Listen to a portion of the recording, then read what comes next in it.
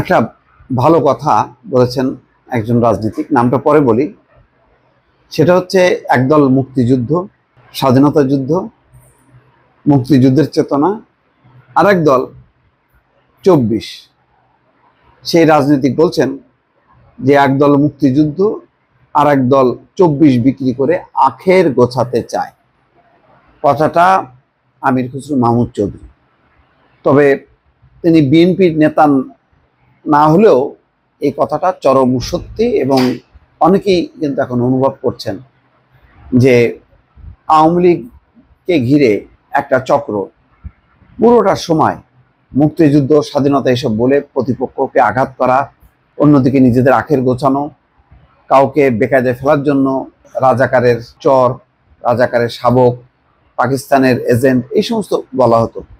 যে কাজগুলো আওয়ামী লীগ প্র্যাকটিস করেছে গত 15 বছরে, 16 বছরে, ঠিক একই ধারায় কিন্তু এখন হচ্ছে। মানে কিছু বললেই হচ্ছে দোসর, ফ্যাসিবাদের দোসর, নতুন শব্দ ফ্যাসিবাদের দোসর। এবং তারা হচ্ছে 24-এর চেতনা।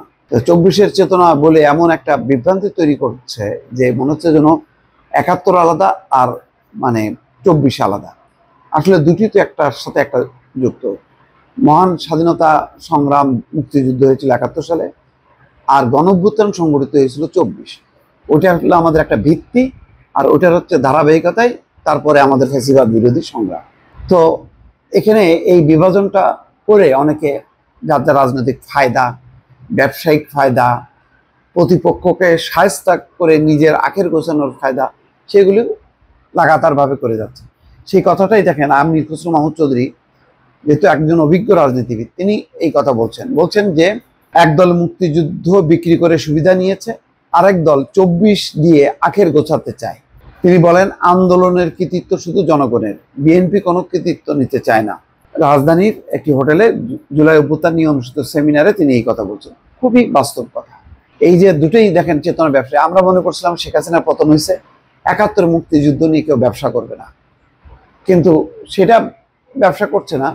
কিন্তু যারা আবার মুক্তিযুদ্ধ, স্বাধীনতার চেতনা বলে, তাদেরকে বলা হয় আওয়ামী লীগের দোষর। বাইরে আওয়ামী লীগ তো একটা জিনিস, আর মুক্তিযুদ্ধ, স্বাধীনতা একটা জিনিস, কিন্তু দুইটা গুলায় ফেলে।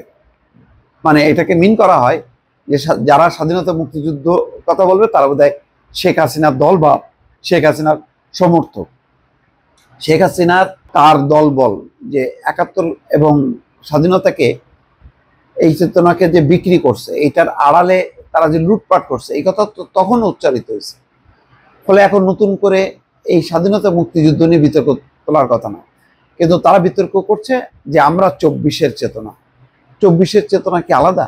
যারা 24 ঘটিয়েছে তারা কি বলে যে আমরা 71-এর এটা মানি না?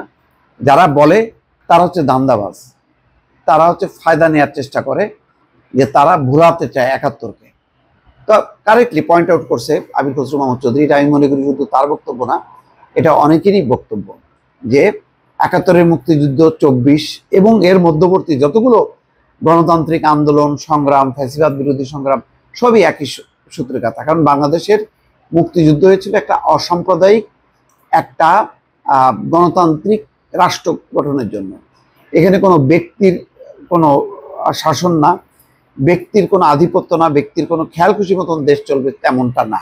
এবং এই কারণেই গণ অভ্যুত্থান সংঘটিত হয়েছিল শেখ হাসিনার বিরুদ্ধে।